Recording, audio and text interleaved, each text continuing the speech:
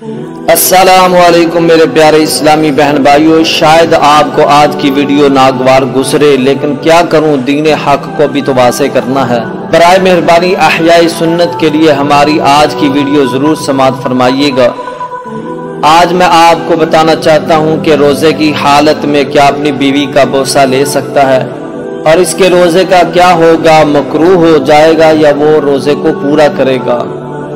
Video شروع کرنے سے پہلے آپ سے ایک چھوٹی سی ریکویسٹ ہے کہ ہمارے چینل کو سبسکرائب کر دیں تاکہ ہماری تمام اسلامی ویڈیو کی نوٹیفیکیشن آپ کو بر وقت ملتے رہے۔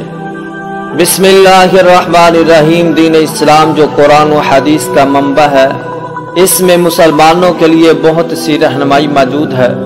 آسان لفظوں میں کہوں کہ دین حضور علیہ السلام کی سنت کا نام ہے، کیونکہ اللہ کی بات حضور کی بات ہے۔ حضور علیہ السلام نے اپنی امت کی ہر طرح سے رہنمائی فرمائی۔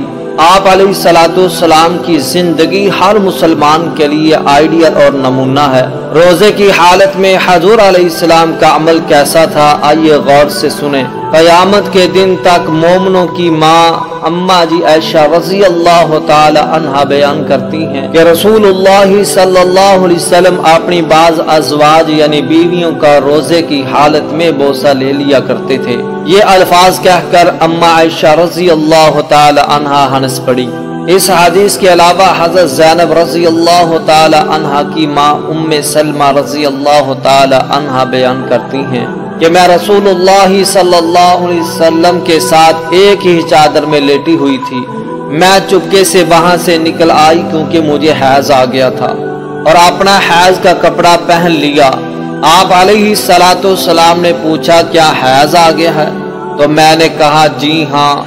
میں پھر حضور علیہ السلام کی چادر میں چلی گئی۔ حضرت ام سلمہ رضی اللہ تعالی عنہا اور حضور علیہ السلام ایک ہی برتن میں غسل جنابت کر لیا کرتے تھے، اور حضور علیہ السلام روزے سے ہونے کے باوجود ان کا بوسہ لے لیا کرتے تھے اور اپنے جسم کے ساتھ بھی لگا لیا کرتے تھے۔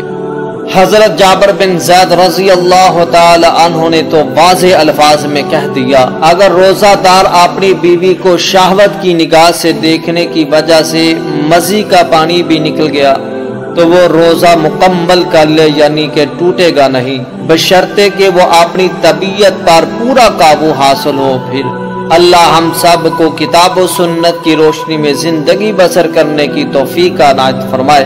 ویڈیو اچھی لگے تو لائک اور دوستوں کو شیئر لازمی کیجیے تاکہ دین اسلام ہر گھر کی رونق بن جائے۔ شکریہ۔